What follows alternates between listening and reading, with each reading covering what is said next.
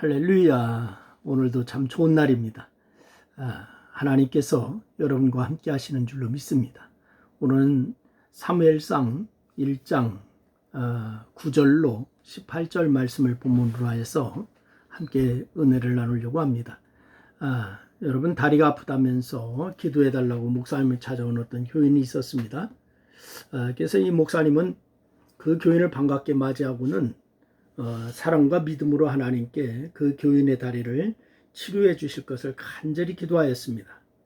그런데 기도가 마치자 그 교인이 이렇게 말했습니다. 이 다리가 나을지 모르겠습니다. 걱정이에요. 그나저나 빨리 약국이라도 가봐야 되겠습니다. 이렇게 얘기를 합니다. 그래서 코미디 프로에 여러분 불편한 진실이라고 하는 코너가 있었지 않습니까? 그 진행자가 이 상황을 보았다면은 어떻게 말했을까? 이걸 한번 생각해 봤습니다. 아마 이렇게 말했을 것 같습니다. 대체 이 사람 뭐 하는 걸까?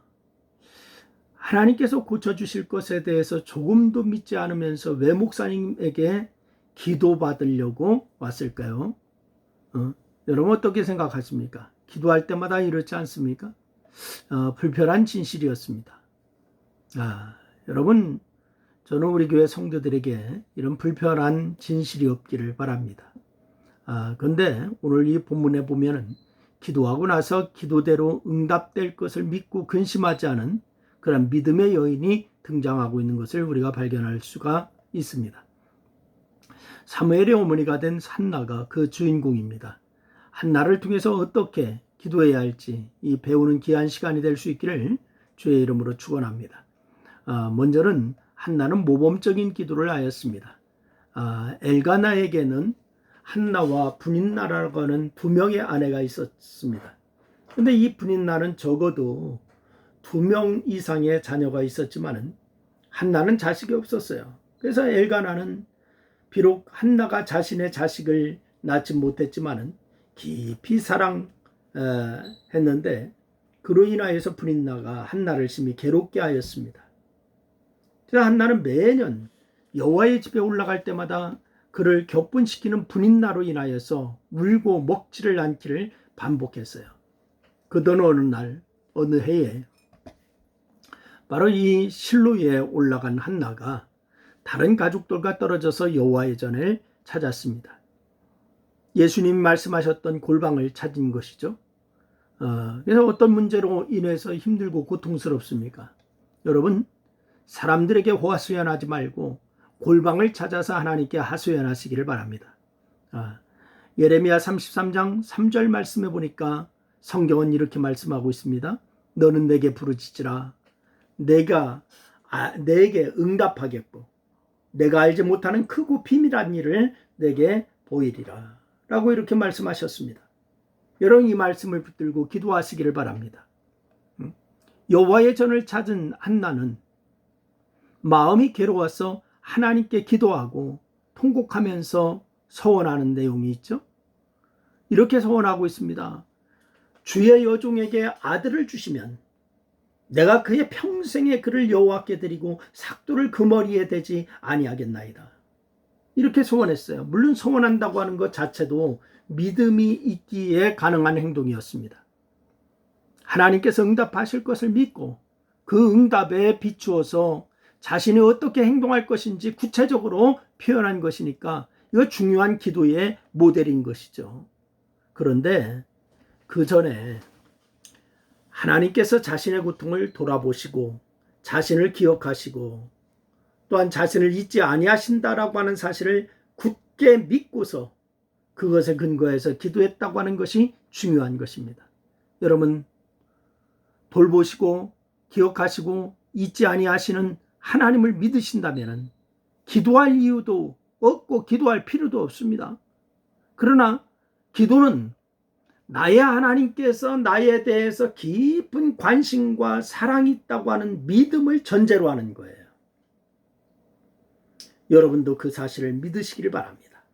한나처럼 그 믿음에 근거하여서 하나님 앞으로 나가시기를 바랍니다. 그리고 하나님 앞에 기도하시기를 바랍니다. 둘째는 한나는 기도 응답에 확신이 분명하였습니다.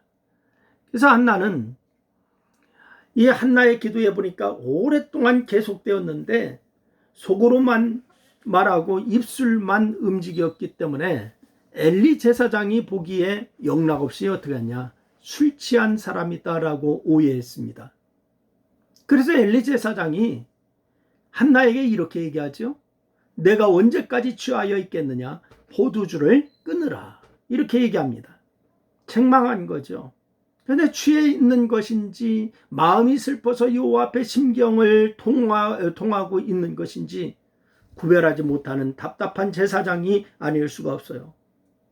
그런데 한나가 자신을 악한 여자로 여기지 말아달라면서 자신의 형편을 말하자 엘리 제사장은 그때서 얘기합니다. 평안히 가라. 이스라엘의 하나님이 내가 기도하여 구한 것을 허락하시기를 원하노라. 이렇게 얘기하고 있습니다. 그러니까 엘리가 어떤 사람인지 중요하지 않습니다. 아니, 제사장이 어떤데, 목사님이 어떤데, 이런 거 중요하지 않아요.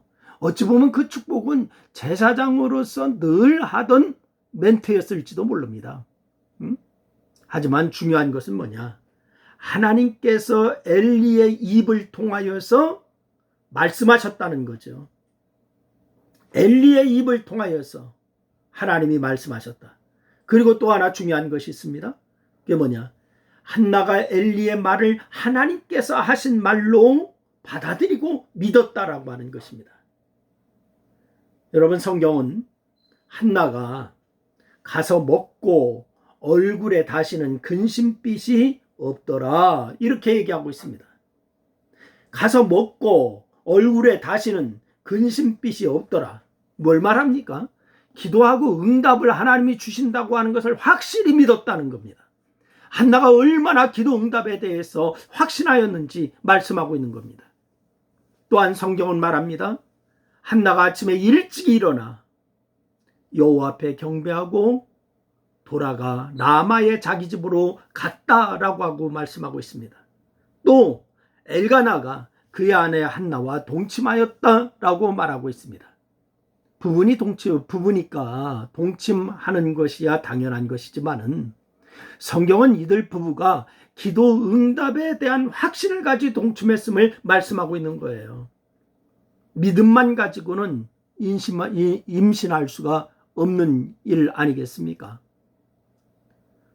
어쨌든 한나는 곧 임신하였다라고 때가 이름에 아들 곧 사무엘을 낳게 되었더라, 이렇게 얘기하고 있습니다. 그러니까 한나는 참으로 멋있는 기도의 사람이 아닐 수가 없습니다. 여러분도 모범적이고 큰 믿음이 동반된 기도의 사람이 되기를 주의 이름으로 축원하고, 오늘 이 한나처럼 기도했으면 기도에 확신을 갖는 여러분 될 수 있기를 주의 이름으로 축원합니다. 기도하겠습니다. 하나님, 우리가 믿음 생활한다고 하면서 때로는 믿음 없는 자처럼 행동합니다. 기도하고 하나님이 함께 하실 것을 믿지 못하는 때도 있었습니다. 용서하여 주시고 오늘 한나를 통하여서 믿음의 기도가 어떠해야 하는가 배웠습니다. 들었습니다. 이제부터 믿음으로 전진하는 저희들 되게 하여 주옵소서. 예수님의 이름으로 기도드려옵나이다. 아멘.